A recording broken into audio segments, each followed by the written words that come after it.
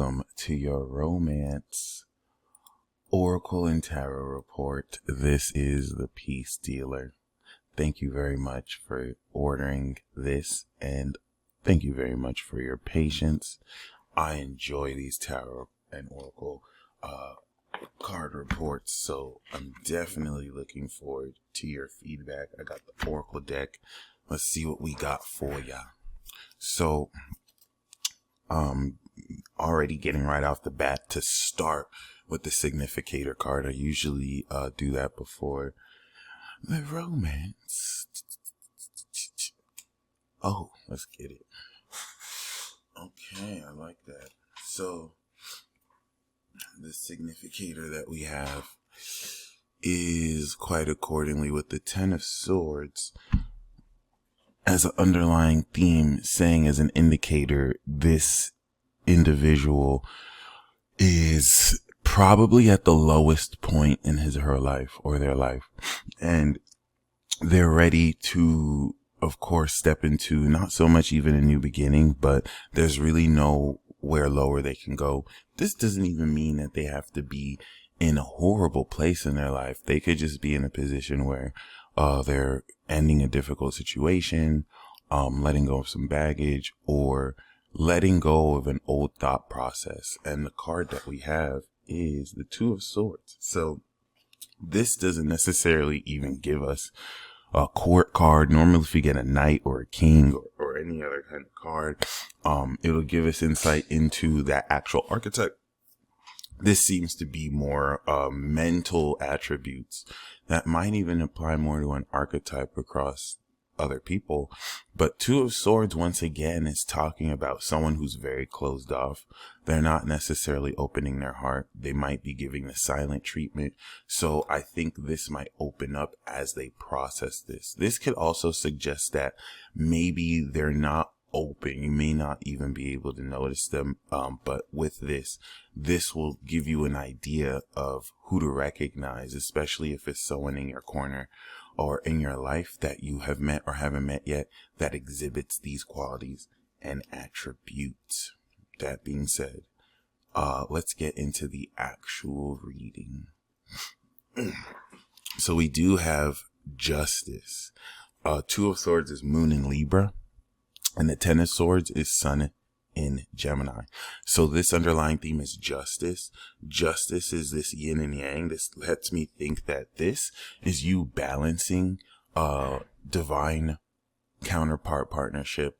This is not just yin and yang. This is also having you really see how you express the fusion of masculine and feminine with you, and then also with others. So in really, of course, through basic things like making sure you're on the same page with people, and another really important theme of justice, presenting the actualization of who you truly are towards other people in an effort to engineer more balance, and through agreements and promises, more efficient and effective commitment. So that's really the challenging part of this, making sure everyone's on the same page, whether there should be agreements, documents signed. Justice can even also suggest marriage here, especially in the sense where you go to the court to, of course, say these agreements, vows, and commitments. And so this will also see, an element of karma and fate here that aligns this. So we do have, of course, the Eight of Cups. Saturn is in Pisces right now. So wherever Pisces is in your chart, especially knowing that you're born during Cancer season, and Saturn is trining your sun exactly right now. This is aligning your spirit with these beliefs. So Saturn and Pisces will be really interesting to follow, because personally to that, what we see relative to that is this whole notion of walking away. This is a card that indicates disappointment in love, but it doesn't mean that you have to be disappointed, as much as you walking away from old archetypes that don't serve you, and also what you might be going through currently. And the challenge with this is the Five of Cups. So you're walking away from one, general disappointments in the old story of your love life. This significator can reflect you, where you're mirroring this soulmate or archetype by not feeling like opening up yourself. And this is really more in a transition sense. You're getting ready to begin a new cycle during this period. So as we're ending the old cycle, this is having you reflect on, what didn't work in this old story as you're stepping into the new story, as you don't have to necessarily accommodate what might have disappointed you in dealings with others. So it's very important that you process these, especially with these cups. No matter how bad they are, not that you're sweeping them under the rug, but to facilitate everything you're ready to walk away from concerning that. We do have the Six of Cups. So far, this is all very emotional. Six of Cups, Sun in Scorpio, is this foundation of innocence and soulmate connection. So even though you might be walking away from that, inside you still hold this purity. We have the Ten of Pentacles, which is talking about investments, or rather passive income, inheritances, legacy, wealth. Okay. Whether this is personal wealth you've come into, or an understanding of the legacy you're wanting to step forward to, which is why you're walking away from what doesn't necessarily apply. Now we have judgment. So what is calling you to walk away is God that is awakening you. So it's like clearing everything around you to take what is promised for you and link with the innocence and purity that you're holding within. And now moving forward, we do have Temperance, the daughter of the reconciler. So Temperance is an ancient soulmate card. I learned this from the late Chris Onesfeather, who was a part of Soul Garden and worked with the Leo King for a bit. He did this weekly talk, and he told me that he pulled this for me originally when I got a card from him. He said it was a ancient soulmate card. Temperance is able to resolve opposites. It's in a sense another type of yin yang. So of course, this is a promise that's going to bring everything to balance. As you're walking away and you're releasing all that negativity around you or from around, in your mindset or feelings, you're going to transmute that into balancing your lifestyle. Temperance, especially stepping forward, opens up the space for more compatibility and for the right soulmates. Just with Temperance, you're balancing with an opposite. This brings back the yin yang. So especially if we see this with someone existing, Temperance will show up in a platonic relationship, even with the lover, as you both get to understand each other more and balance each other. You're coming up as the Four of Wands, Lord of perfected work under the Lord of wealth. So you're creating this sense of sanctuary for you, peace and excitement, which is really interesting. And the card we have around you is the Foolish Man. So you might be seen as foolish. You might be seen as starting something new because you're walking away from what you've emotionally invested in.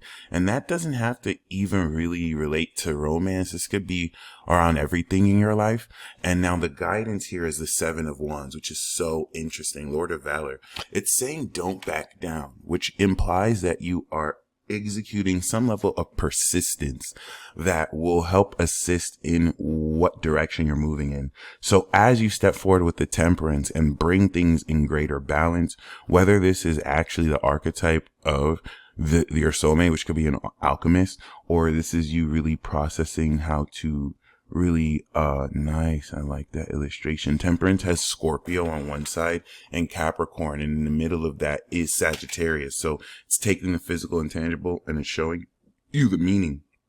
So whatever it is, regardless, do not back down.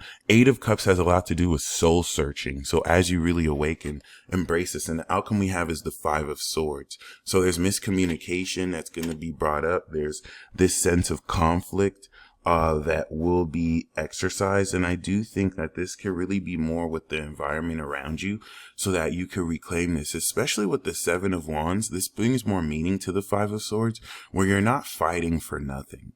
So this, of course, is you really coming out victoriously, even though the dust will settle and it's just you there. This may make it feel like an empty victory, but this is you based off of standing up for what it is you believe in and who it is you are. So I hope that resonates. Please give me feedback on this. I would love to know how this applies to you.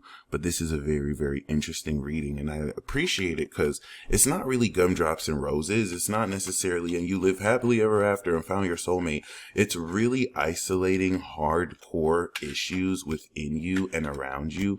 This doesn't even have to be you that's going through this negativity. It could be you experiencing and processing it through other people.